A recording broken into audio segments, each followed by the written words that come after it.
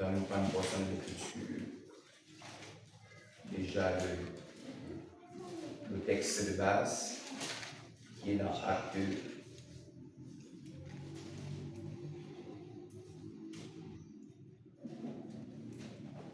Actes chapitre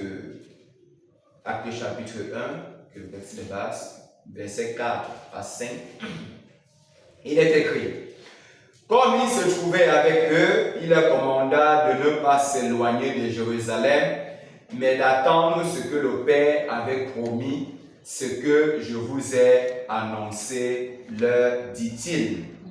Car Jean a baptisé d'eau, mais vous, dans peu de jours, vous serez baptisés du Saint-Esprit. Amen. Amen. Pour le texte de ce matin, pour le petit sujet de ce matin, Luc chapitre 3, verset 16. Luc chapitre 3, verset 16. Luc chapitre 3, verset 16. Il est écrit: il leur dit à tous: moi je vous baptise d'eau, mais il vient, celui qui est plus puissant que moi. Je ne suis pas digne de délier la couronne de ses souliers. Lui, il vous baptisera du Saint-Esprit et de feu. Amen. Amen. Que le Seigneur bénisse la lecture de sa parole. Veuillez nous asseoir. Ok, Dieu voulant, je ferai l'effort. Il y a un cantique, le cantique des chants. Et je vais faire l'effort de multiplier ça pour peut-être les 5 premières personnes qui seront constamment là, pour que vous appreniez les chants. Que ça permet que quand on chante, nous tous on peut être en harmonie. Parce que quand on chante et que tout le monde ne connaît pas, ce n'est pas souvent. En fait, le but dans la louange, c'est que tout le monde puisse participer. Donc, Dieu voulant, j'ai 2 cantiques là. Je vais chercher à multiplier pour qu'on soit tous harmonisés.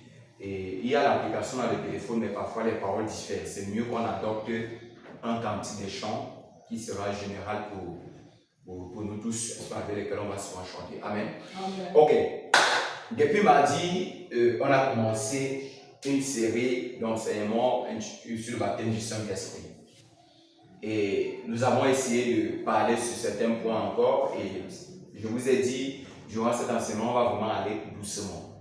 On ne va pas chercher à courir parce qu'on n'a pas comme s'il faut juste courir pour enseigner.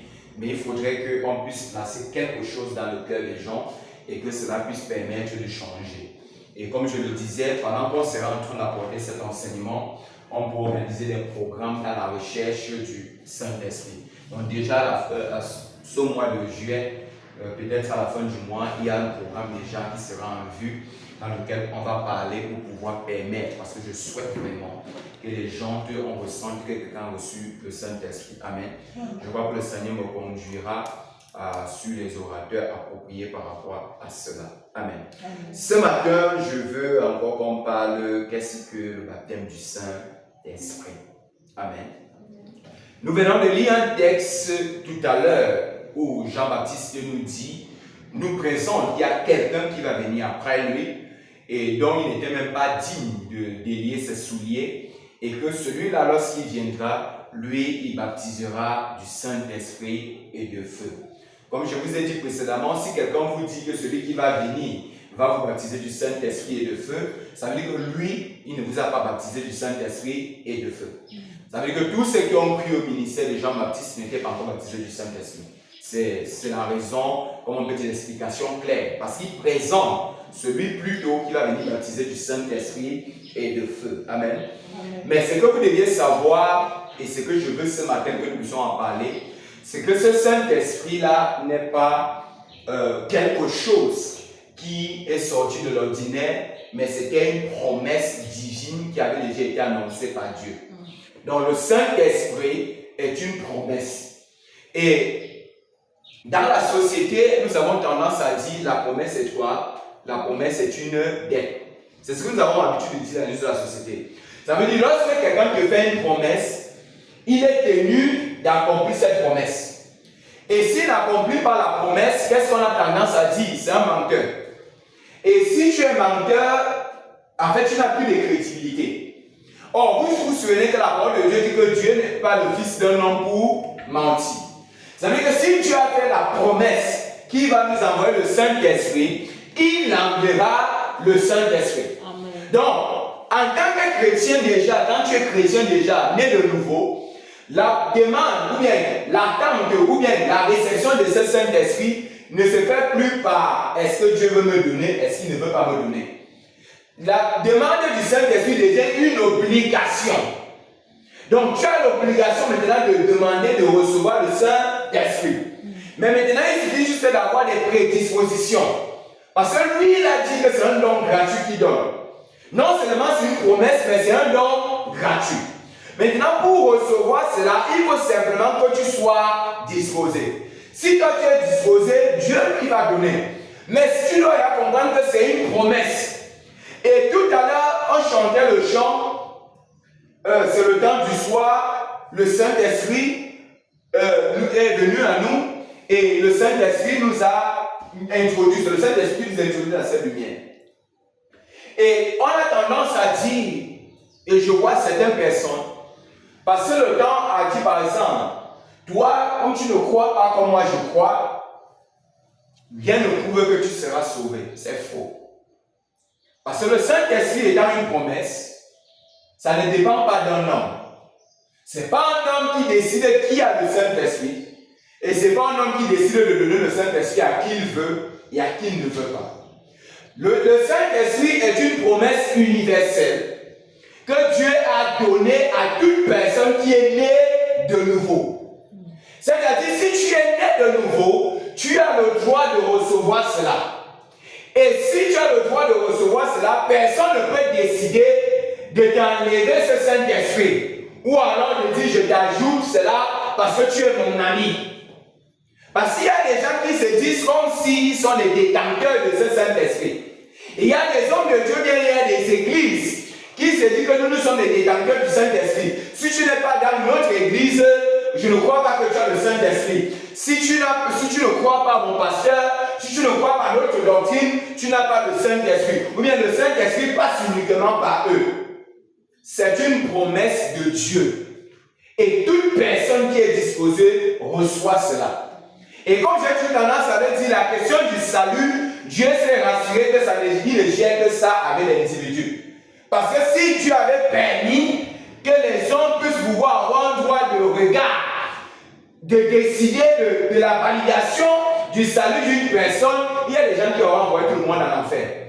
Mais Dieu s'est rassuré qu'à partir de là, ça dépend de moi. Or, si Dieu a déjà géré la question du salut individuellement avec la personne, puisque le Saint-Esprit vient après ce salut, le Saint-Esprit vient après cette nouvelle naissance. Donc, toi, quand tu as déjà géré ta question du salut, ça veut dire que la question du Saint-Esprit, Dieu gère aussi ça individuellement avec toi.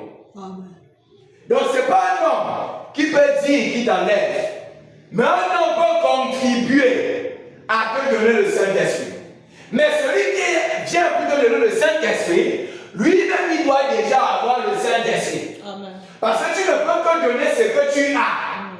Si toi-même tu n'as pas, tu ne peux pas donner le Saint-Esprit à quelqu'un d'autre. Voilà pourquoi Jean-Pierre pouvait dire ce que j'ai, je te donne. Il avait quoi? Il avait le Saint-Esprit. Et ce Saint-Esprit pouvait aussi donner. Donc, celui qui te donne le Saint-Esprit doit être celui lui-même qui est rempli du Saint-Esprit. Je vais aller loin. Ce n'est pas forcément le pasteur. Un frère peut te donner le Saint-Esprit. Une sœur peut te donner le Saint-Esprit. Si la personne a, puisque le Saint-Esprit, dans la première partie, qu'est-ce qu'on disait? On a dit que le Saint-Esprit était quoi? C'était un revêtement. Ça veut dire que c'est un revêtement qui vient sur toi. Donc c'est une onction qui vient sur toi. Maintenant, le Saint-Esprit ne dépend que des prédispositions. Si tu es prédisposé, même ce matin, tu reçois le Saint-Esprit. Voilà pourquoi j'ai dit la dernière fois que tu peux recevoir le Saint-Esprit par la prédication, tu peux aussi recevoir le Saint-Esprit par la prière.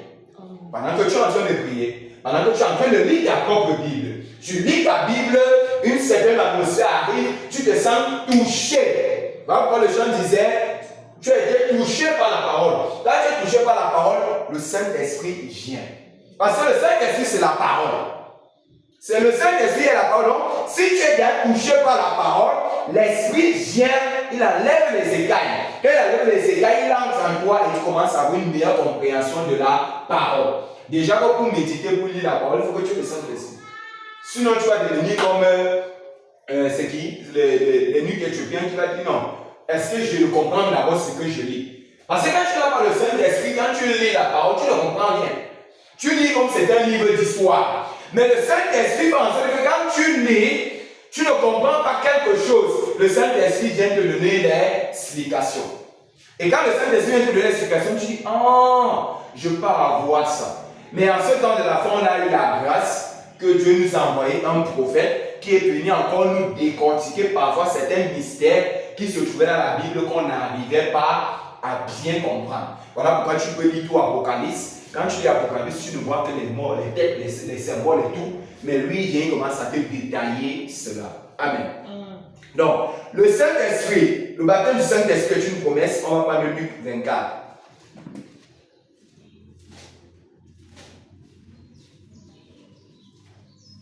Je veux vraiment qu'on parle petit à petit. On ne coupe pas, même si on fait 30 minutes, juste qu'on place ce qu'on a passé.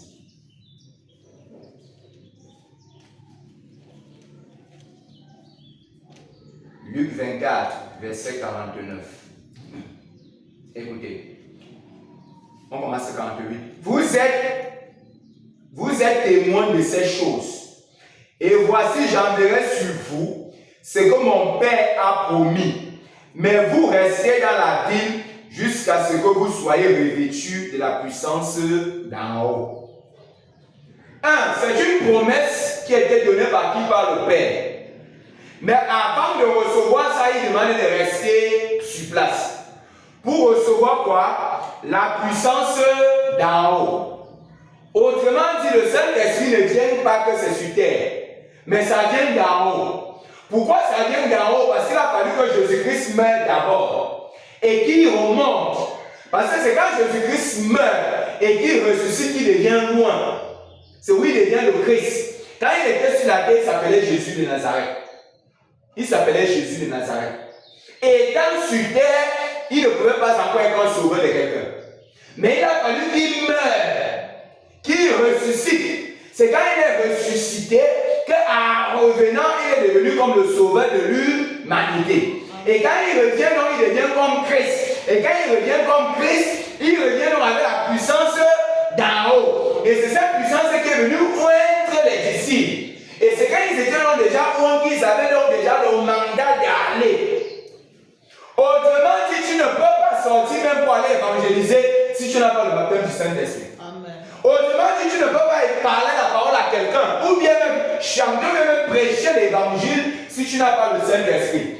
Parce qu'en fait, ça va se faire ressentir quand tu n'as pas. Donc, c'est une promesse d'en haut et que Dieu a donnée. Donc, quand c'est une promesse de Dieu, Dieu est tenu aussi de respecter, d'accomplir sa promesse. Mais pourquoi les gens ne reçoivent pas le Saint-Esprit dans des églises? C'est parce qu'en fait, on ne parle pas ou on ne donne pas la première place au Saint-Esprit. Si nous sommes conscients que avant de faire quelque chose, la parole de Dieu dit, allez attendre jusqu'à ce que tu reçois. Ça veut dire que tu ne dois rien faire sans avoir consulté le Saint-Esprit. Tu ne dois rien faire sans que le Saint-Esprit n'ait été demandé de le faire. Et je le parle dans tous les domaines de la vie. Je dis dans tous les domaines. Et si vous commencez à examiner, vous savez pourquoi les chrétiens n'arrivent plus à prier pour attendre la réponse du Saint-Esprit? C'est parce qu'ils ne croient pas que Dieu écoute les prières. Parce que quand tu viens demander quelque chose à ton mari ou à ta femme, tu attends une réponse. Avant d'aller, tu es convaincu qu'il va te donner une réponse. Soit oui, soit non quand même. Mais pourquoi avec Dieu on ne le fait pas? Et je dis souvent aux gens que quand tu vas demander quelque chose à Dieu pour une orientation, Dieu parle. Le problème c'est parce que toi tu as canalisé la façon dont tu veux que Dieu te parle. C'est-à-dire tu as dit que je veux, ok, comme Seigneur, comme je veux, voilà une proposition de travail qui est devant moi. Seigneur, je veux que tu me parles, tu me dis si c'est vrai. Pendant que tu es en train de prier, toi tu as déjà défini comment tu veux que Dieu te réponde. Non, je veux qu'il me réponde soit par prophétie, Je veux qu'il me réponde soit par songe. Bien, je veux que, bon, soit si on accepte mon dossier, ça veut dire que c'est vrai. Donc, toi-même, tu as déjà canalisé. Après, tu as dit au Saint-Esprit comment tu veux qu'il te parle. Il n'a donc plus le libre choix de te parler comme il veut. Ton problème est de dire, Seigneur, voici la chose. Qu'est-ce que je fais? Donne-moi la réponse. Lui-même, il saura comment passer. Voilà pourquoi la Bible dit que Dieu parle tantôt d'une manière, tantôt d'une autre. Donc, ce n'est pas toi de définir. Et dans nos églises, on a réussi à canaliser le Saint-Esprit, comment on veut qu'il travaille. Or, le Saint-Esprit est une promesse que lorsque tu attends, il vient. Lorsqu'il vient, c'est lui qui prend les devants. C'est lui qui prend le contrôle. C'est lui qui devient au centre. Et quand il prend le contrôle, vous le suivez simplement. Et quand tu le suis, c'est s'il dit va à gauche, tu vas à gauche. S'il dit à droite, tu vas à droite. Pourquoi nos églises sont ainsi? C'est parce qu'en fait, nous, on veut donner la direction au Saint-Esprit. Au lieu que c'est nous qui suivons le Saint-Esprit, c'est le Saint-Esprit qui nous suit. Voilà pourquoi lorsque tu vas voir un frère ou une sœur, tu dis qu'il est lui aussi. Alors que je l'ai vu l'autre jour de l'autre côté, comment le Saint-Esprit peut passer par lui? Pourquoi lui? Pourquoi ceci? Nous-mêmes, on a canalisé, mais pas commencé même par les hommes de Dieu nous-mêmes. On a commencé à canaliser comment on veut que le Saint-Esprit nous parle. Or, on doit s'attendre au Saint-Esprit. Et quand tu t'attends à lui, puisque tu t'attends à lui, c'est une promesse, quand il vient, c'est lui qui prend maintenant les devants. Et quand il prend les devants, il va te conduire. Et la conduite du Saint-Esprit, j'ai dit, c'est la meilleure des choses. Parce qu'au moins, c'est lui qui connaît le chemin. Lui connaît le chemin. La Bible dit qu'il est le chemin, la vérité et la vie. Donc, ça veut dire qu'il ne peut pas te conduire dans un chemin qui n'est pas agréable. Il va te conduire dans le bon chemin. Mais parfois, tu vas voir, quand tu vas te conduire dans le chemin, tu vas dire non, moi je vais plutôt passer ici. Et quand chaque fois, souvenez-vous, chaque fois que le Saint-Esprit a voulu te conduire dans un chemin, et que tu as pris ton propre chemin, tu as rencontré les amis devant. Et quand tu rencontres les amis, tu dis ouais, dans un cœur m'a dit que je ne dois pas partir ici. Un gars m'a dit que non, je ne peux pas être là. C'était lui le Saint-Esprit. Le Saint-Esprit est ce type que, généralement, quand tu es dans une décision, il y a deux voix qui te parlent. Je vais te donner un secret aujourd'hui. Écoute toujours la voix la plus calme. La voix qui murmure plus bas. Celle qui parle fort, là, laisse la voix là. Parce que le Saint-Esprit murmure. Quand il murmure, plus l'autre parle, il y a plus d'écho. Tu dis que oui, c'est ça, c'est pas toujours ça. Parfois, tu vois comme si c'est une bénédiction. Et pourtant, c'est une bénédiction empoisonnée. C'est derrière, plus tard, que tu vas te rendre compte que, hey, qu'est-ce qui m'a pris? Mais tout montrer que c'était bien. J'avais même prié, Seigneur. Donc, c'est la réponse à ma prière. Or, parfois, ce n'est pas Dieu. Donc, soyez très attentifs. Amen. Amen. Acte 1. Oui, verset 4, on a déjà lu ça. Ok, Luc 11. Luc 11, 9 à 13. Écoutez. Jésus nous a fait tellement de promesses sur le Saint-Esprit. Luc 11, verset 13. Écoutez. Si donc méchants comme vous êtes, vous savez donner de bonnes choses à vos enfants, à combien plus forte raison le Père Céleste donnera-t-il le Saint-Esprit à ceux qui lui demandent? Ici, Jésus commence à dire, méchants que vous êtes, mais vous donnez les bonnes choses à vos enfants. À combien plus forte raison le Père donnera-t-il le Saint-Esprit à ceux qui font quoi? Qui demandent. Voilà pourquoi je vous disais tout à l'heure, faites très attention quand vous êtes dans les églises ou quand vous voyez les gens. Ne soyez pas, comment on dit souvent, le juge des frères. Ne soyez pas celui qui, je ne sais pas si vous avez l'appareil avec lequel vous détectez celui qui a le Saint-Esprit ou celui qui n'a pas le Saint-Esprit. C'est une affaire de Dieu et la personne. Quand tu sens que tu en manques le Saint-Esprit, va demander au Père. Lui, il te donnera.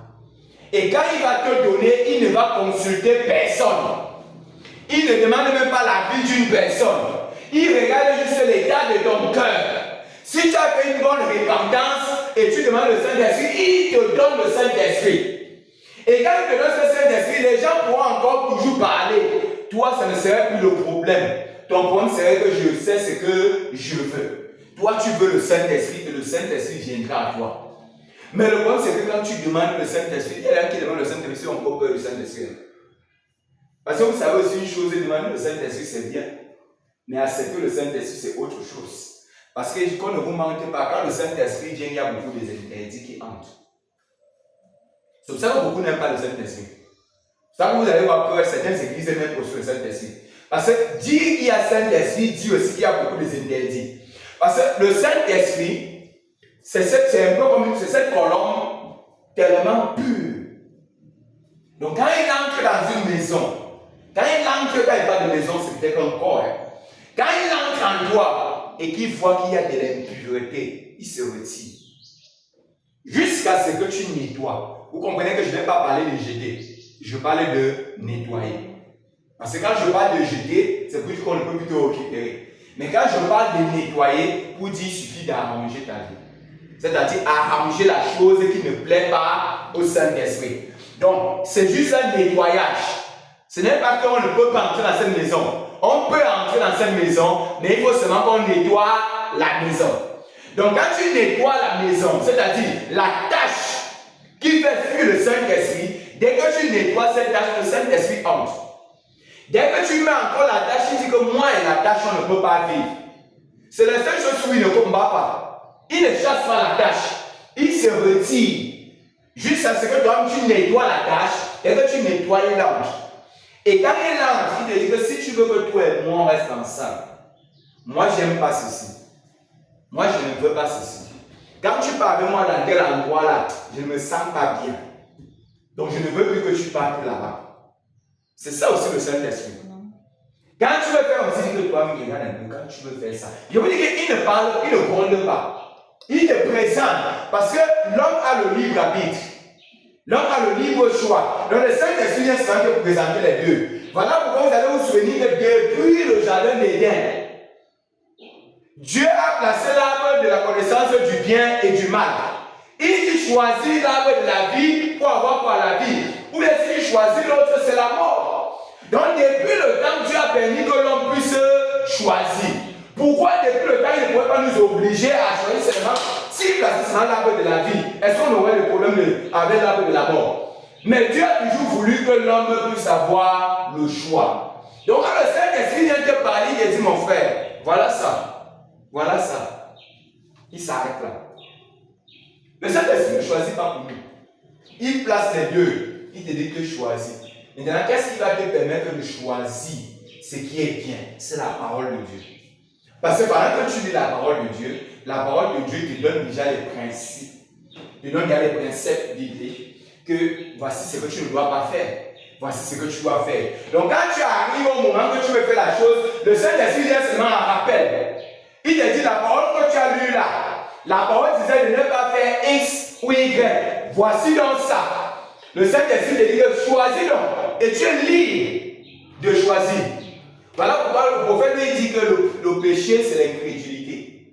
Il ne dit que voler, mentir. Le prophète maintenant dit que voler, mentir, faire ceci et tout le reste là, c'est les attributs du péché. Ce n'est pas le péché. Le péché c'est l'incrédulité. L'incrédulité, c'est-à-dire faire le concret de ce que la parole dit. C'est-à-dire ne pas faire ce que la parole dit. Or, regardons donc. Si tu voles, la parole a dit de ne pas voler, non? La parole dit de ne pas voler. Ne voler point. Donc si tu voles, ce n'est pas le péché. C'est l'attribut du péché parce que l'incrédulité, c'est que tu n'as pas d'abord cru à la parole qui disait de ne pas voler. Si tu croyais déjà à cette parole, le vol c'est la manifestation de l'incrédulité de ne pas avoir cru la parole. Donc, voler, mentir sont les attributs du péché. Le vrai péché, c'est de ne pas croire la parole. Parce que celui qui croit toute la parole, on ne va plus parler du vol. Si tu crois déjà toute la parole, le reste c'est des détails. Puisque la parole a déjà tout dit. La parole dit les menteurs. La parole parle des adultères. La parole parle de la fornication. La parole parle de la sanctification. Toute la parole parle ici. Donc tous les actes qu'on pose là, c'est juste parce qu'on n'a pas cru la parole. Or, si on avait déjà cru à la parole, on aurait pu faire le reste là-bas. Donc tout ça, ce n'est pas le péché, ce sont les attributs. Donc quand tu arrives, le Saint-Esprit te dit que voici la parole. Fais ce que la parole dit. Si tu dis AK, tu dis ok, moi je me retire. Pendant que tu as besoin de faire ton désordre, lui il se retire. Vous savez pourquoi il se retire juste et il ne va pas pour 2 jours? Parce que quand on est sauvé une fois pour toutes. Écoutez une chose. Quand Dieu vient te sauver, le jour qu'il te sauve et que tu te convertis réellement, Dieu a attesté que tu es sauvé, il t'a donné le salut. Dieu lui-même ne peut plus venir te ravir le salut. C'est toi qui peux décider de fuir ce salut. Mais Dieu lui-même ne peut pas venir dire que comme tu as fait telle chose, à cause de ça, je te retire le salut. Non. Il va juste te donner les possibilités d'arranger ou bien de te rattraper. Voilà pourquoi lui-même dans sa doctrine a parlé de la repentance. S'il n'y avait pas une possibilité de réparer, c'est que le mot repentance n'existait pas. Amen. Si c'était que tu poses un acte directement en condamnation, c'est qu'on ne parle pas de la repentance. Le fait de parler de la repentance dit qu'il y a une seconde chance. Repentance signifie que tu as la possibilité de commettre une erreur et de réparer et d'y avancer. Donc, quand Dieu te sauve, il écrit ton nom dans le livre de vie. Et quand il a écrit ton nom, il ne peut plus. Voilà pourquoi que personne ne décide sur ton salut. Personne ne peut décider de dire que toi tu vas en enfer, toi tu ne vas pas. Personne ne peut décider de dire, ok, toi je te retire le salut. Non, aucun homme ne peut le faire. La seule chose que Dieu peut faire, écoutez-nous d'abord, qu'est-ce qu'il dit? La Bible dit, tout péché vous sera pardonné. C'est ça la Bible dit. Que tout péché, il dit tout péché. Donc tuer, il parle de tuer. Tuer, tout le reste là, tout péché vous sera pardonné. Mais il dit que la seule chose qui ne vous sera pas pardonnée, c'est quoi? C'est le blasphème contre le Saint-Esprit. Donc c'est quand tu blasphèmes contre le Saint-Esprit, c'est le seul péché que Dieu ne pardonne pas. Mais qui est donc le Saint-Esprit? Le Saint-Esprit, c'est toujours la personne de Dieu. C'est la personne de la parole toujours. Le Saint-Esprit, c'est toujours la parole. Donc, quand toi-même tu crois que tu viens, comme tu dis que okay, j'ai tué, non, c'est petit, Dieu peut me pardonner, il peut te pardonner pour cela, mais à une seule condition, que tu te répandes. Amen. Si tu ne te répands pas, non, rassure-toi, tu ne seras pas sauvé. Il faut que tu te répandes. Et même si ton nom est écrit, parce que tu ne te répands pas, ton nom, tu n'entreras pas. Donc, il donne le choix et il donne la possibilité. Et je vous dis, il n'y a aucune personne comme Dieu qui te donne plusieurs chances de réparer ton erreur. Dieu donne tout. Voilà pourquoi parfois, à un certain niveau, quand ça ne va pas, il vient te parle pas des sondes.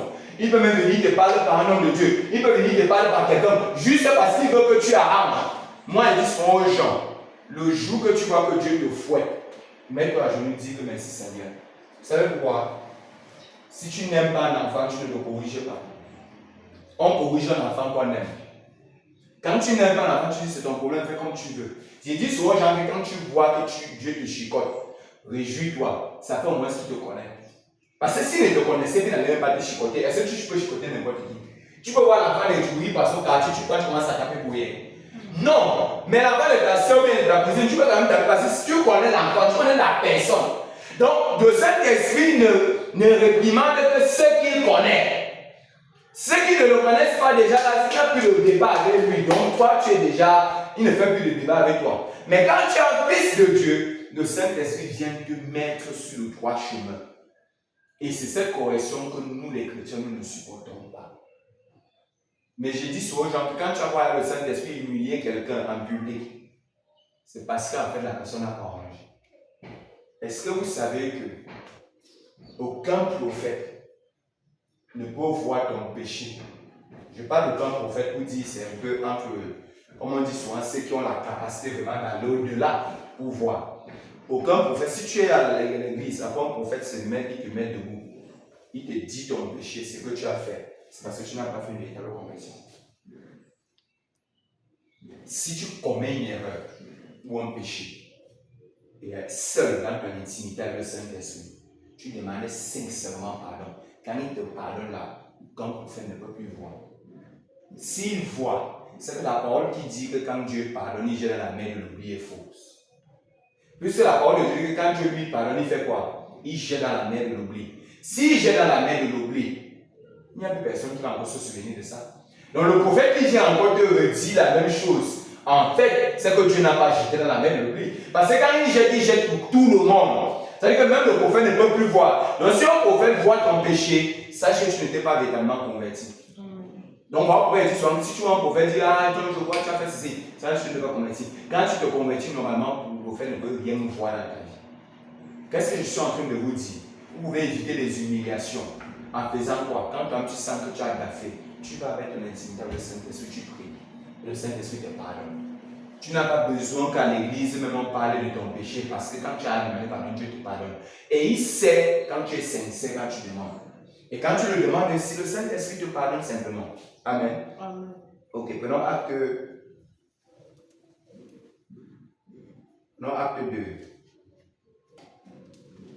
Verset 33. Je suis en train de parler de la promesse. Il faut que vous compreniez d'abord que le Saint-Esprit est une promesse. Et avant qu'on va entrer en profondeur.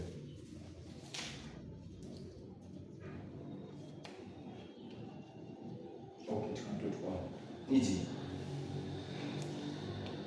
élevé par la droite de Dieu, il a reçu du Père le Saint-Esprit qui avait été promis, et il a répondu comme vous le voyez l'étendre. Élevé par la droite de Dieu, il a reçu du Père le Saint-Esprit qui avait été comment? Promis. Il a reçu, et qu'est-ce qu'il fait en retour? Il a répandu, comme vous le voyez et l'entendez. Donc, Dieu avait promis le Saint-Esprit. Quand il a donné ce Saint-Esprit, et il a donné que ça doit faire comment? Ça doit se répandre. Donc, je termine avec ça pour dire le Saint-Esprit est une promesse qui nous avait été donnée. Et chaque véritable chrétien doit revendiquer cette promesse. Comme vous le dites souvent, comme je disais dans la société, on dit souvent que la promesse est une dette. Donc, tant que tu n'as pas encore reçu, ça ne lâche pas Dieu.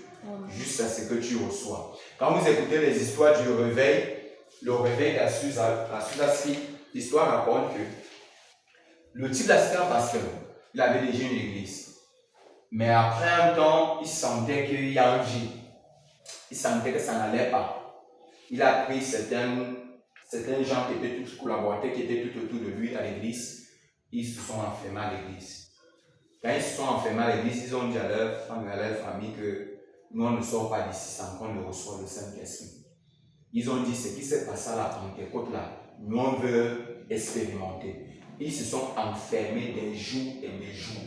Ils étaient en train de prier, en train d'adorer, en train de prier, en train d'adorer, en train de réclamer la promesse qui avait été donnée. Parce que c'est une promesse. Ils étaient en train de prier pour réclamer que Seigneur, tu as dit, donne-nous le Saint-Esprit. On veut le Saint-Esprit. Ils ont commencé à prier. Ils ont commencé à prier. Ils ont commencé à prier. Pendant qu'ils étaient donc en train de prier, il y a, comme la Bible dit, un vent est descendu. Et quand c'est descendu, le Saint-Esprit s'est répandu dans la salle.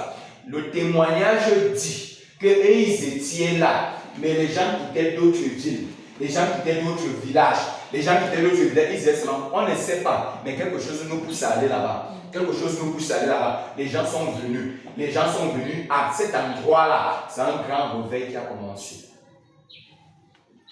Est-ce que vous comprenez pourquoi quand je dis que tu sois de prier pour les riches?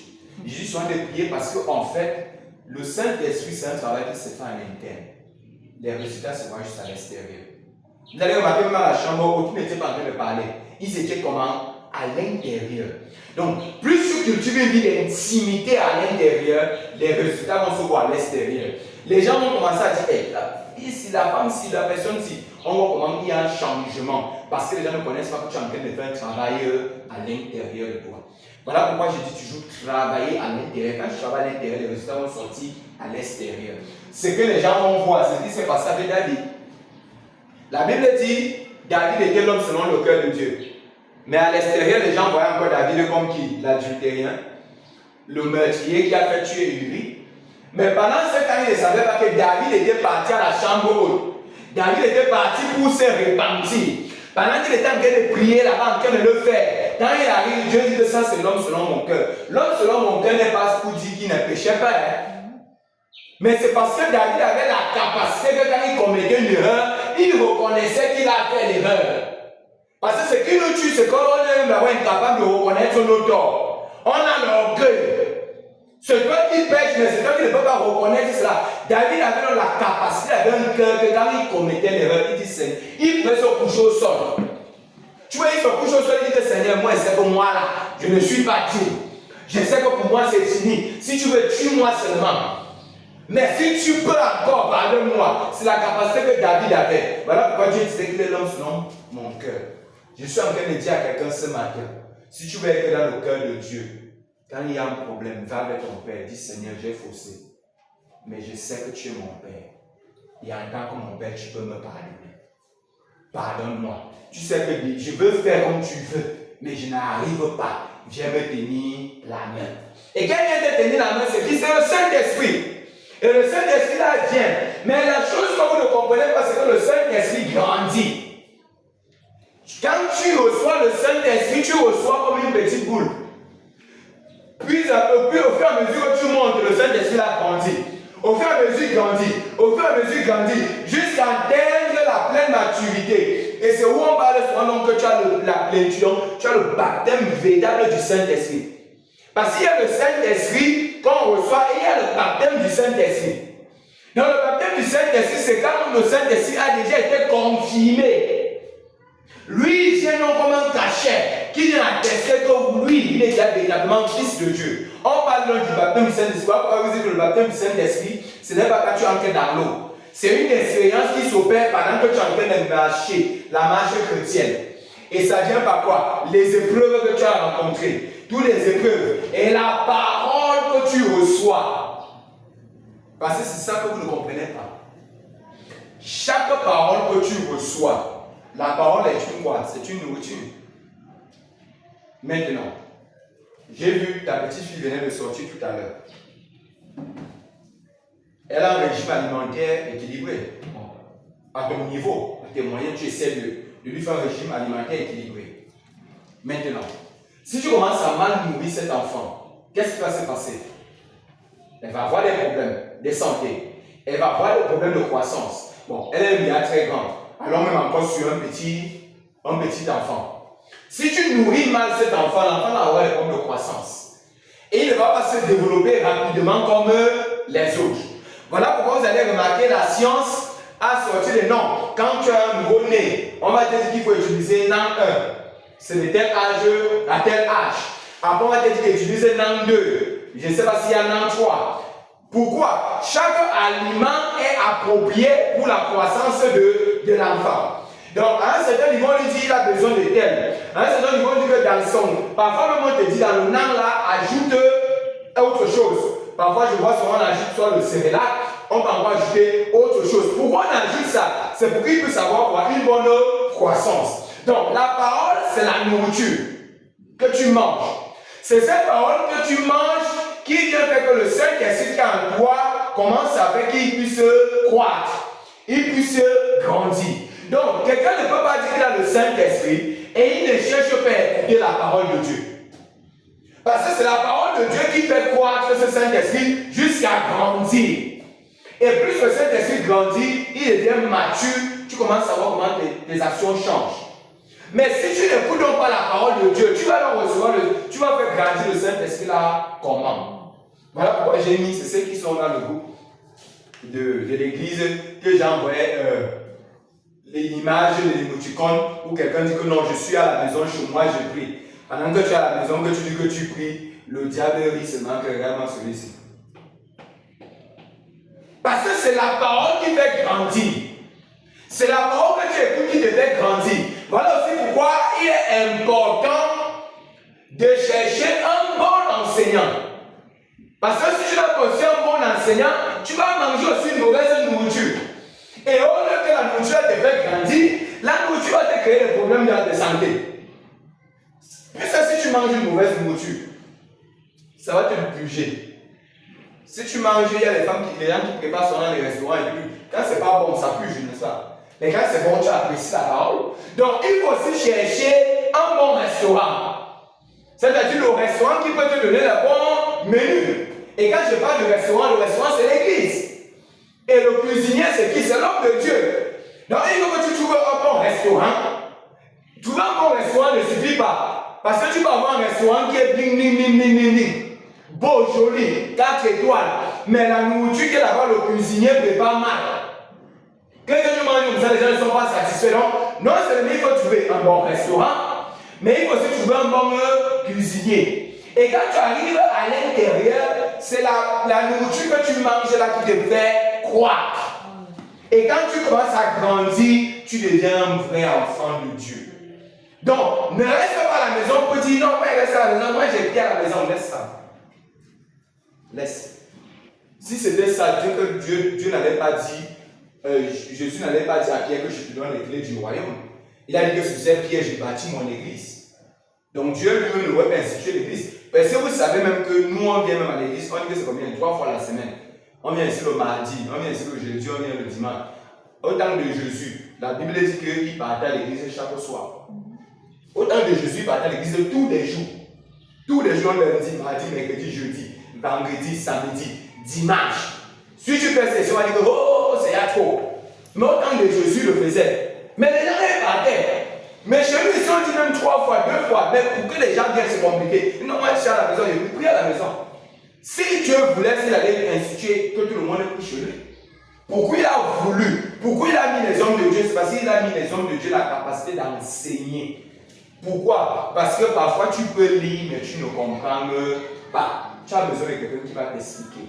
Et on explique là donc à l'église. Amen. Amen. Ok.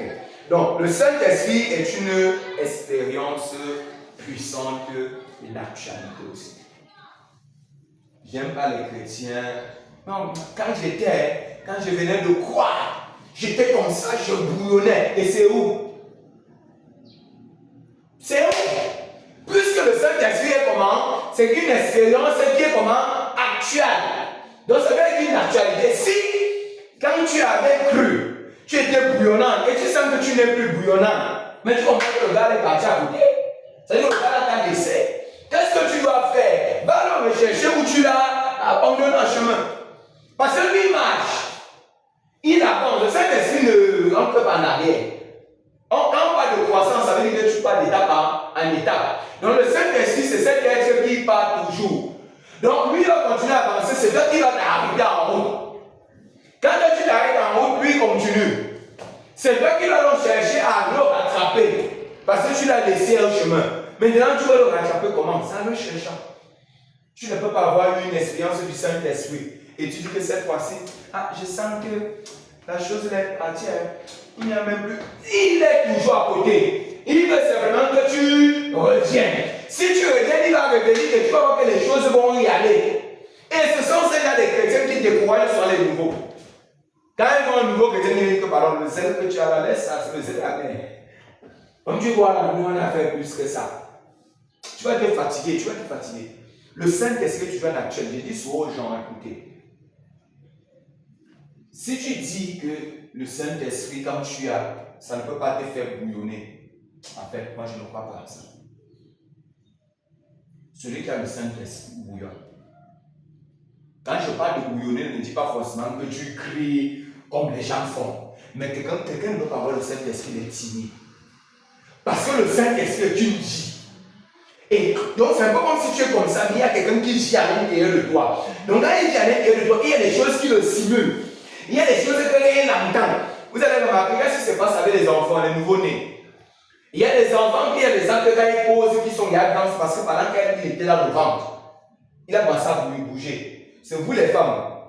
Quand vous accouchez, qu'est-ce que vous dites? Pendant que vous êtes enceinte. Non, il est en train de taper les pieds.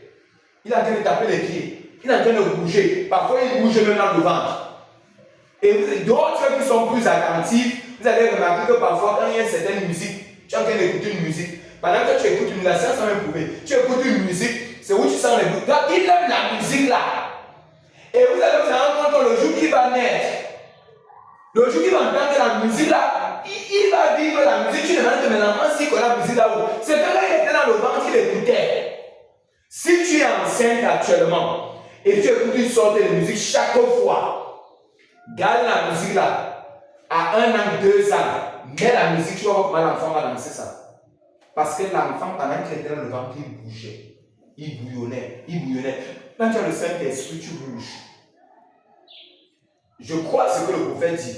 Qu'on peut recevoir le Saint-Esprit par sensation, on peut aussi recevoir le Saint-Esprit sans sensation. Mais ne dites pas que celui qui a le Saint-Esprit avec sensation, c'est simplement du pantocratisme comme les gens ont besoin de se dit non. J'ai dit souvent aux gens, écoutez, quand on accouche un nouveau-né, qu'est-ce qu'on fait? Pour savoir qu'il est vivant, qu'est-ce qu'on fait? On tape. C'est les pleurs et les cris qui prouvent qu'il est comment? Vivant. Donc, une église vivante est une église où il y a le bruit. Quand je parle du bruit, je ne parle pas du désordre. Ça veut dire que quelqu'un ne peut pas dire que j'ai le Saint-Esprit et il ne bouillonne pas. Parce que où il y a la vie, il y a des pleurs, il y a des cris. La vie, il y a des cris, il y a des pleurs. Tu ne peux pas entrer dans une maternité si tu n'entends pas. Quand tu passes sur ça, il y a la vie là-bas. Mais quand tu accouches un nouveau-né et il ne pleure pas, il ne crie pas, tu commences à faire quoi? À paniquer. Ça veut dire qu'il n'y a pas quoi? La vie. La preuve donc qu'il y a la vie, c'est quoi? C'est les pleurs. La preuve qu'il y a la vie, c'est les cris. Donc quand tu cries, on sent qu'il y a la vie. Donc d'abord, celui qui crie, qui chante dans la joie, c'est qu'il est en santé. Quand tu es malade, tu fais quoi?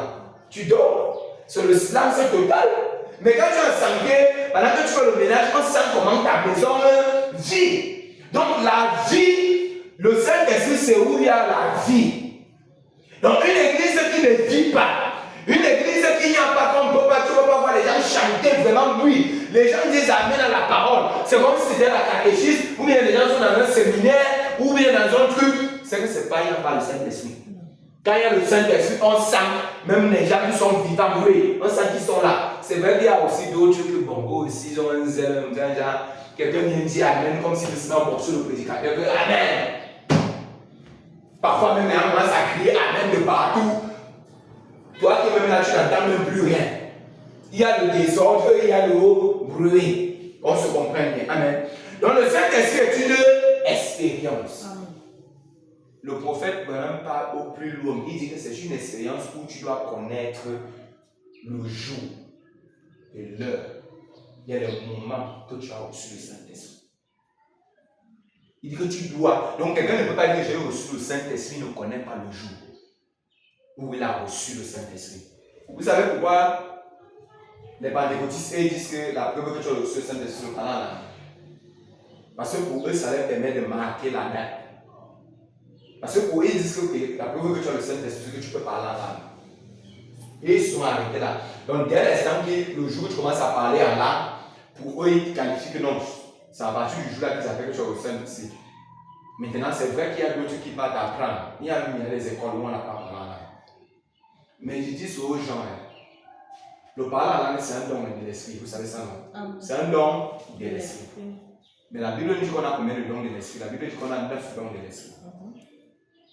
Donc ça veut dire quand le Saint-Esprit vient sur toi, en fonction de la nature, parce que le Saint-Esprit c'est un revêtement. Vous tenez le mot là. C'est un revêtement qui vient entrer en toi. Or, le vêtement fait quoi? Quand tu portes le vêtement prend la forme du corps. Voilà pourquoi, vous les femmes, tu peux voir un vêtement en fonction de ta morphologie du corps. Quand tu portes le vêtement fait comment? Ça adhère bien dans ton corps. Mais si tu as une morphologie un peu grande et que c'est une skinny comme ça qui vient prendre ton vêtement, ça va se ressentir dans son corps que ça ne donne pas avec elle. Maintenant, si elle porte un vêtement actuellement, puisque quand tu regardes son corps, tu regardes ta part, tu sens que toi tu as plus de corps que elle. Donc si tu cherches à porter, tu vas faire quoi? Tu vas chercher à bagarrer pour que ça entre dans ton corps. Et ça ne va même pas véritablement entrer. Si ça entre même, tu seras comment? Mal à l'aise.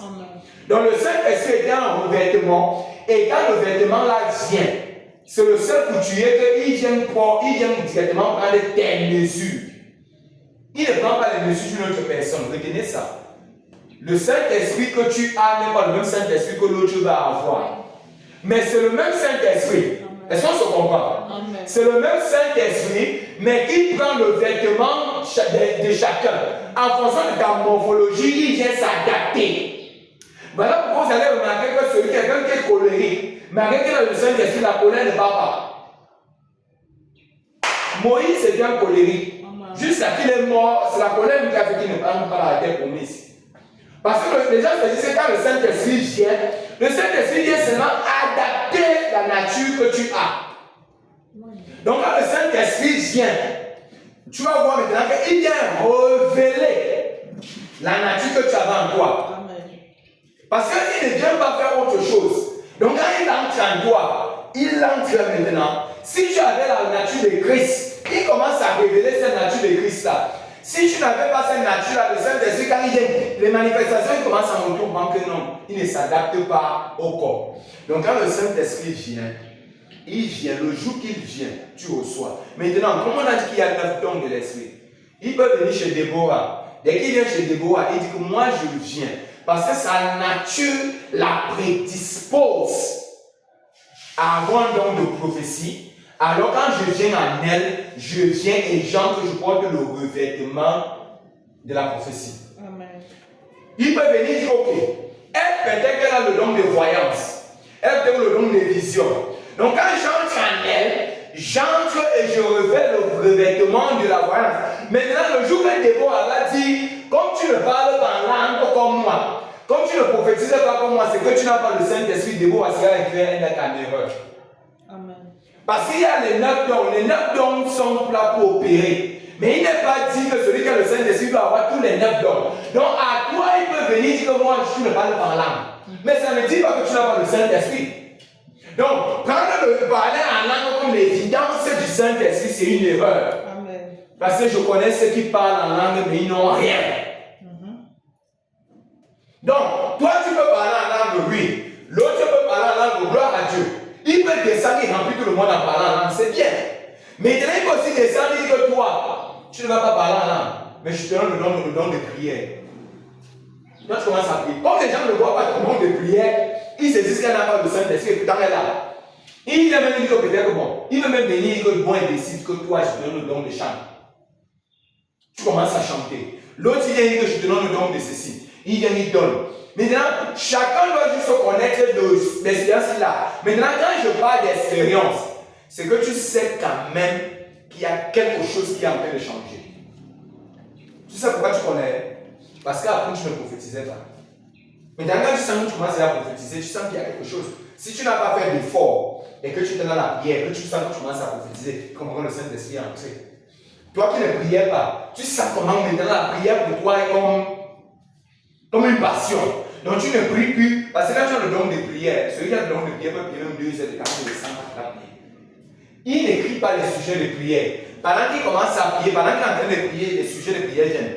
Les sujets de prière viennent, pas forcément pour lui, même pour tout le monde. Il prie, il prie, il prie, il veut s'arrêter. Ce n'est plus lui qui prie, c'est le Saint-Esprit qui est déjà en train de prier. Il prie, il prie, il prie. Après un temps, s'il regarde là, il se rend compte qu'il a fait même 1 heure, 2 heures de temps. Ça, c'est que tu as reçu le don de prière. Mais avant, tu as dit que je ne faisais pas ça. Donc, tu commences à voir que c'est une expérience maintenant que tu as. Or, qui dit expérience, ça veut dire une chose que tu as vécue. Or, tu sais qu'avant, tu ne le faisais pas, maintenant, tu as fait, ça crée l'expérience. Maintenant, je parle que c'est quelque chose d'actuel. Ça veut dire actuel. Ça veut dire que quand tu sens que tu ne fais plus ce que tu faisais avant, tu comprends que tu es en train de perdre le chemin. Toi qui priais beaucoup, tu te rends compte que tu ne pries plus, comprends que le Saint-Esprit est déjà parti. Commence à le rechercher pour qu'il revienne. Parce qu'il doit toujours être d'actualité. À chaque instant, à chaque moment, tu vas savoir qu'il est toujours là. Ça veut dire que le don qu'il t'avait donné quand il est entré en toi, ce don doit toujours continuer à opérer. Si tu sens que ça ne va plus, rentre encore dans la prière. Tu dis Seigneur, je veux. Voilà pourquoi Jésus avait demandé où est votre premier amour. Revenez à votre premier amour. Donc quand tu reviens à ton premier amour, c'est-à-dire reviens à ton premier zèle que tu avais. Et c'est ça que je fais d'enseignement si je veux que chacun puisse revenir. Je veux que quand on va finir cet enseignement, quel que soit le temps que ça va nous prendre, que tu ne dises plus que non, quand tu avais cru. Non, le zèle que tu avais quand tu avais cru là, c'est le but de cet enseignement, que ça revienne. Que ça soit encore d'actualité. Que tu vois encore quelqu'un qui pourrait se lever et prier. Quelqu'un qui pourrait chanter, quelqu'un qui pourrait adorer.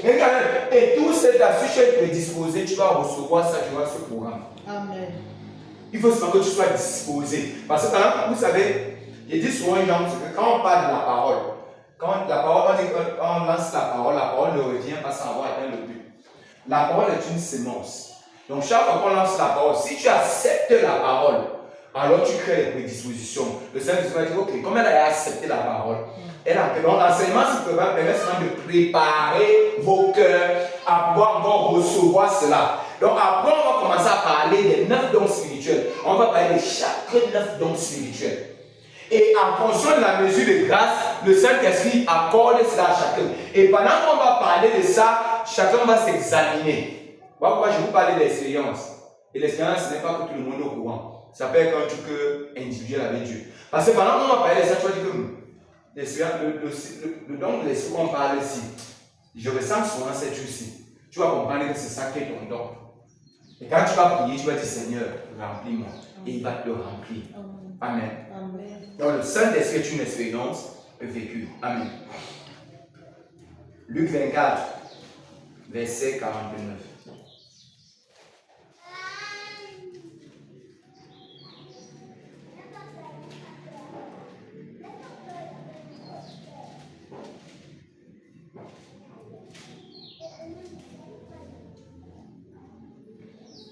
Et voici, j'enverrai sur vous ce que mon Père a promis, mais vous restez dans la ville jusqu'à ce que vous soyez revêtus de la puissance de l'en haut. Donc le Saint-Esprit est une puissance. Et j'ai dit souvent aux gens, vous savez, vous avez vos appareils à la maison. Quand vous utilisez vos appareils, il y a les autres marques à l'intérieur. Ça veut dire quoi? Le congélateur, on va dire qu'il utilise peut-être que je ne sais pas combien, je prends un tube banal comme ça. On peut dire que le congélateur utilise 220 watts, bien 220 volts. Mais tu vas voir que ce n'est pas la même puissance sur le téléphone. Ce n'est pas la même puissance que la radio. Et le jour où on coupe le courant, que tu vas prendre par exemple comme le groupe électrogène, si tu as beaucoup d'appareils à la maison, et si tu prends un groupe électrogène qui est bas, les appareils ne pourront pas supporter, le groupe électrogène ne pourra pas supporter les appareils. On va dire que va chercher un groupe électrogène qui a une puissance plus élevée pour pouvoir faire quoi? Supporter l'appareil. Donc le Saint-Esprit est dans une puissance. Quand il vient entrer en toi, il faut que ton corps soit capable de supporter cette puissance. Parce que voilà pourquoi le Saint-Esprit, est-ce que vous savez, vous avez remarqué dans des églises, je parle d'église parce que c'est où on remarque plus. Parfois, quand le Saint-Esprit commence à se mouvoir dans la salle, où quelqu'un s'agite trop, le Saint-Esprit le balance, le Saint-Esprit le jette beaucoup, le Saint-Esprit le jette. Vous avez remarqué ça, non? Pas que la délivrance, je parle du Saint-Esprit même. Pourquoi? C'est parce que en fait, la mesure du Saint-Esprit qui est en lui est supérieure à la capacité que son corps peut contenir. Mais maintenant, celui-là doit travailler pour pouvoir arriver à contrôler, c'est-à-dire avoir la capacité à supporter la mesure. Donc si tu sens qu'il y a une décharge électrique qui est supérieure à toi, il faut que tu travailles pour que ton corps puisse donc adapter la décharge. Et là, ça ne va plus te menacer. Au début, quand j'ai cru, quand le Saint-Esprit est entré en moi, il était souvent qu'on commence à chanter. Maintenant, on commence à chanter. On commence à chanter. Dès que j'entre en esprit, étant debout comme je suis grand de taille là, je me retrouve que je tombe au sol à genoux. Donc tu imagines que tu tombes comme un sac de macabre. Bam! J'avais des blessures. J'avais constamment des blessures. Parce que tu tombes, parfois tu commences, tu sens. Un jour, j'étais dans une église, le Saint-Esprit m'a pris. J'ai commencé à tourner dans ça là. J'ai cogné mon front ici là. C'est quoi c'était plus c'est quelque part ici là, sur la chair de l'église. Après, nous sommes passés à couler, on est sorti avec moi, on est parti à l'hôpital pour aller courir. C'était le Saint-Esprit. Mais c'est qu'il était venu, il était en une grande quantité. Mais l'esprit, c'est-à-dire le corps que tu avais, n'était pas encore capable à canaliser, à contrôler ça.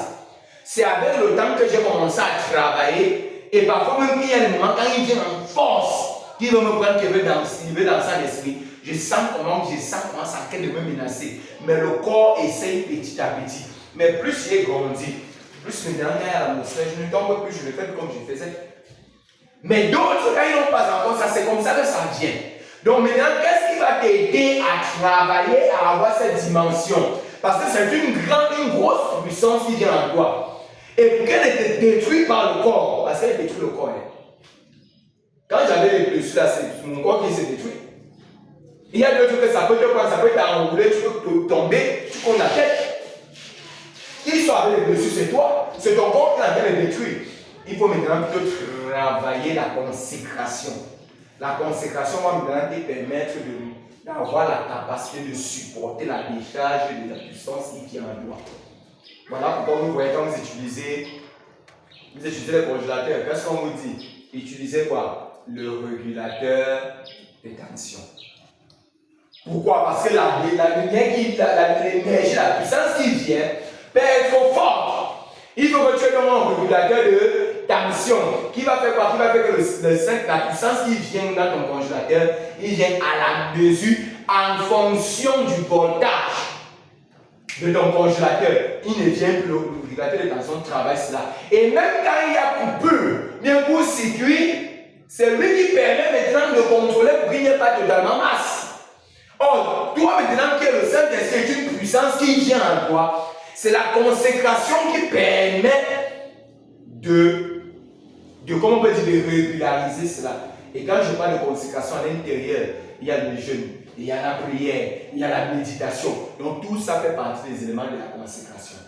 Et quand tu es dans à l'intérieur, ça permet que quand la puissance là vient, il vient trouver que non. La méditation t'a permis de placer la parole. La prière t'a permis de t'élever en esprit. Le jeûne t'a permis d'être puissant. Parce que le jeûne rend puissant. Donc tu vois que quand la puissance vient, ça vient trouver qu'il y a déjà, tu as monté en esprit. L'autre vient trouver que non, tu as la puissance. Tu vois que tous les gars permettent d'atterrir, de porter la puissance qui vient de la décharge et il permet que tu es prêt maintenant, tranquillement. Pourquoi quelqu'un qui a le Saint-Esprit opère? Il monte en esprit, il peut opérer aussi par la puissance. Il peut faire ça parce qu'il a le Saint-Esprit et il vient trouver cette puissance-là. Amen. Amen. Ok. Acte 1, verset 8. Il faut me regarder là, dès que midi arrive, tu me sais. Acte 1, verset 8. Écoutez. Mais vous recevez quoi? Une puissance. Quand il parle donc il dit que vous recevez quoi? Une puissance. Le Saint-Esprit. Donc il est en train de dire que le Saint-Esprit est une puissance. Il dit vous recevez une puissance. Le Saint-Esprit survenant sur qui? Sur vous. Sur vous. Et vous serez mes témoins à Jérusalem. Donc le Saint-Esprit étant une puissance, lorsqu'il survient sur nous, il nous permet maintenant de devenir quoi? Des témoins. Donc tu ne peux pas être témoin si tu n'as pas le Saint-Esprit. Parce que tu vas partir dire quoi aux gens? Il faut que tu partes dire aux gens ce que tu as vécu. Et ce que tu as en toi, c'est ça le Saint-Esprit. Donc c'est vraiment une puissance. Mais quand il vient en toi, il doit venir trouver que tu es disposé à recevoir cela. Amen. Amen. Le Saint-Esprit donne la puissance au ministère. Acte 4. Acte 4, 33. Écoutez ceci. Il dit, commence au 28. Pour faire tout ce que ta main et ton conseil avaient arrêté d'avance. Et maintenant, Seigneur, vois la menace et donne à tes serviteurs d'annoncer ta parole avec une pleine assurance. Ne s'arrête pas là. En étendant ta main pour qu'il fasse des guérisons, des miracles, des prodiges, par le nom de ton saint serviteur Jésus. Quand ils eussent prié, le lieu où ils étaient assemblés trembla et ils furent tous remplis du Saint-Esprit et ils annoncèrent la parole de Dieu avec assurance. Je recommence. Je disais que le Saint-Esprit donne la puissance au ministère. Il dit ici que pour qu'on annonce la parole avec assurance, on a besoin que tu nous remplisses de ta puissance. Et il dit que pendant qu'ils étaient en train de prier, à l'instant là, l'endroit là commençait à trembler. Et le Saint-Esprit est entré en eux. Tremblement revient à ce que je vous ai dit précédemment, qu'il n'y a pas le Saint-Esprit, il y a toujours de mouvement. Ils ont tremblé. Et quand le Saint-Esprit est descendu en eux, La parole dit que quoi? Ils ont prié qu'ils veulent le Saint-Esprit pour faire quoi? Il dit, en étendant ta main pour qu'ils fassent quoi? Des guérisons, des miracles, des prodiges par le nom de ton saint serviteur Jésus. Quand ils eurent prié, le lieu où ils étaient assemblés trembla et ils furent tous remplis du Saint-Esprit et annonçaient la parole. Le Saint-Esprit donne la puissance au ministère parce qu'un ministère qui est rempli du Saint-Esprit, on va observer les guérisons, on va observer les miracles, on va observer les prodiges. Ça ne serait pas du pentecôtisme ou bien du fanatisme, mais ce sont les éléments qui viennent prouver que dans ce ministère, il y a le Saint-Esprit. C'est la parole qui le dit. On ne peut pas exclure ça. Pour dire que non, nous on veut seulement rester sur la parole. Si vous voulez seulement rester sur la parole, voilà alors c'est que la parole dit. Vous dites que non, on ne veut pas les miracles, on ne veut pas les guérisons, on ne veut pas toutes ces choses-là. On veut seulement la parole. Comment tu dis que tu veux seulement la parole et la parole dit donc quelque chose que tu n'acceptes plus?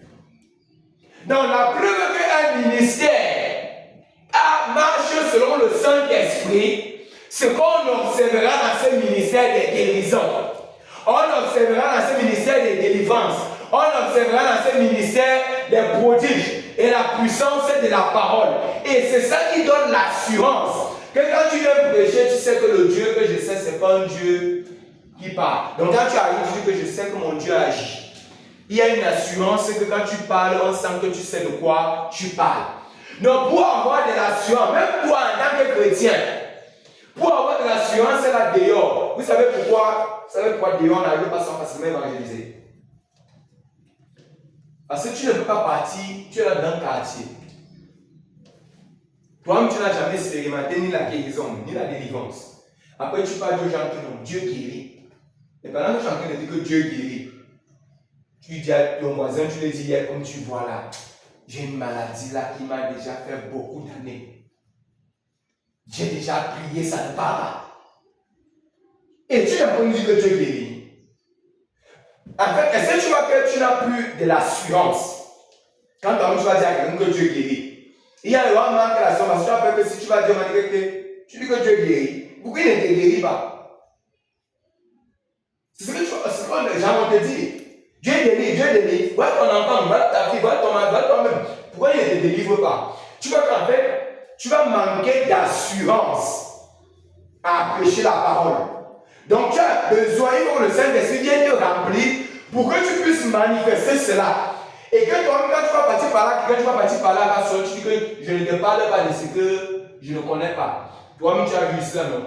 J'avais telle maladie, ça m'a dérangé. Mais tu as vu ce que le Saint-Esprit a fait. Quand tu vas dire ça, les gens vont dire oui.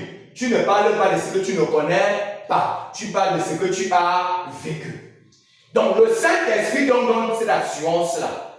Et il faut qu'il y ait tous ces trucs-là pour que tu puisses permettre de savoir que oui, vraiment j'ai le Saint-Esprit. Voilà pourquoi je vous dis, vous devez le chercher. Même dans nos familles.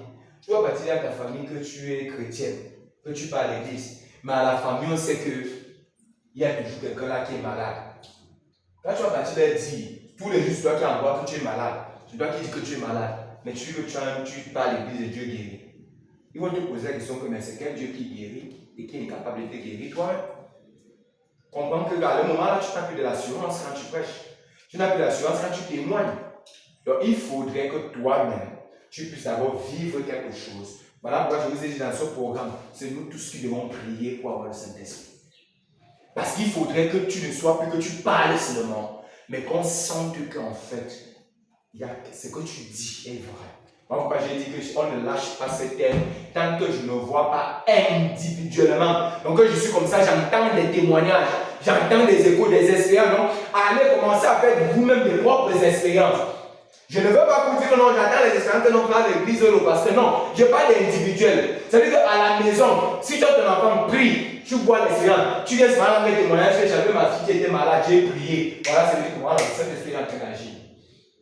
C'est ça que je veux, que nous tous. Vous allez remarquer que si on réussit à atteindre cet objectif, on va devenir nous tous des guerriers. C'est ça que je veux. J'ai toujours dit aux gens que moi, je n'envoie pas les gens vers moi, je vous connecte à Christ.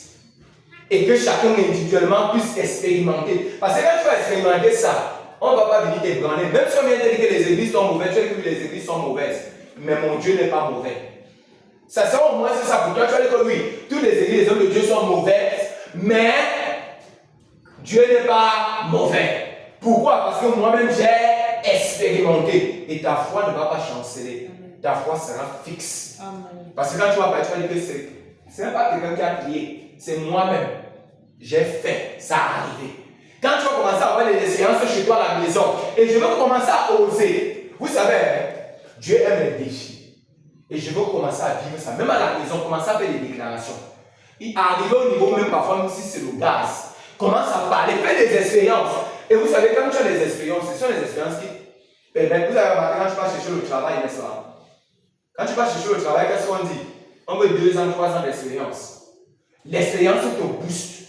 Le jour que tu as un autre défi, tu dis que ça, c'est rien. J'avais déjà eu ceci. Dieu est intervenu. Je sais qu'il va encore le faire. En fait, tu as une assurance parce qu'il est le même hier, aujourd'hui, pour toujours. Comment il a guéri ta fille hier, le jour où ton neveu est malade, tu ne crois pas qu'il peut guérir ton neveu? Non, tu vas être boosté pour savoir que non, il a pu faire ça, je peux aussi. Mais si tu passes le temps à avoir seulement les témoignages des autres, quand ça va arriver, tu vas dire, est-ce qu'il peut faire ça pour moi? Il faut que tu arrives que toi-même, tu as des expériences comme ça que tu restes là, tu dis, Dieu là, non, vrai, je confirme que tu es réel. Et je veux commencer à le faire dès maintenant. N'attendez même pas la fin du truc. Commencez à, je sens que la foi est une folie. Soyez fou quand on dit que tu vas faire ça, je dis, c'est pas mon problème. Je sais seulement que ça va avoir lieu. Je sais seulement que je vais travailler. Tu fais ton dossier, tu vas déposer, que moi, je ne vais pas déposer là-bas. Ça va se passer manger, tu as quelqu'un, non, je sais que je ne vais pas se déposer. On va m'appeler. Et tu commences à vivre ça. Tu commences à cultiver ça. Tu vas voir comment tu vas aller plus grand. Amen. Amen. Que le Seigneur vous bénisse. Amen. Et on va continuer. Je vais dire qu'on ne coupe pas. Mardi, on va continuer avec ça jusqu'à ce que le Seigneur nous permet. Là, c'est ma journée, on n'a pas terminé, on va finir. Je compte les presque 12h30. Puis, n'est pas les mettre long. Et